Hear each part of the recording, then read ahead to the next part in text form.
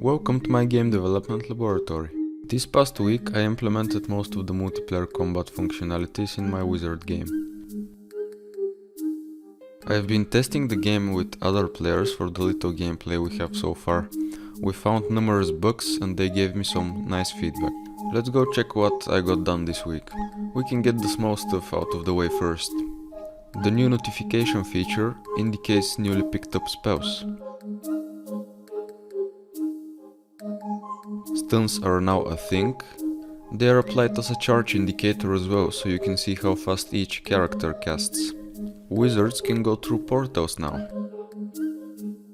I started making the multiplayer combat by adding two bars that represent the wizard's health and stamina.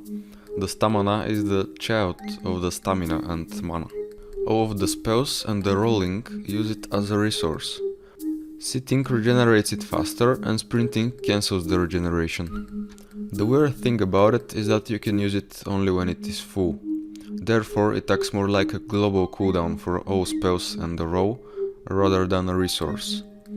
I might change that later since I had some negative feedback about it and it is kind of confusing. I tried making it a bit more clear with colors and flashing. The health bar's indications have 7 levels for the two types of damage and heal, those being overtime and instant. 0 means no indication at all. -1 and 1 are used for weak overtime heals and damage. They are pretty hard to notice. The -2 and 2 are the middle grounds. This means average damage and average heal. The health bar and the character become pretty flashy and colorful with the -3 and 3. They go to the best abilities in the game. Those indications are customizable for each spell. With all of those new kinds of damage and healing, I had to implement some new spells, or 7 to be exact. They consist of 2 traps, 2 shields and 3 heals. One of the traps is an axe with a pretty accurate description. The other trap is nothing special, but I think it looks cool. This shield lets us levitate for a while. The other one makes us bounce up high.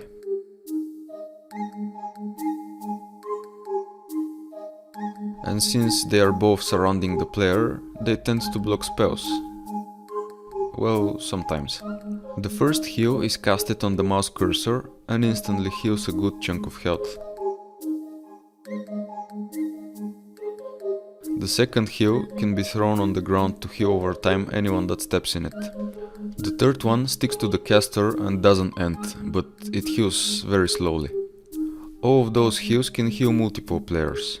I think balancing around them will not be an issue since the stamina is easy to regenerate and healing to full health will be done all the time. However, healing in combat won't be that easy. Oh, and dying sends us to the heavens. But just for a few seconds before we respawn again.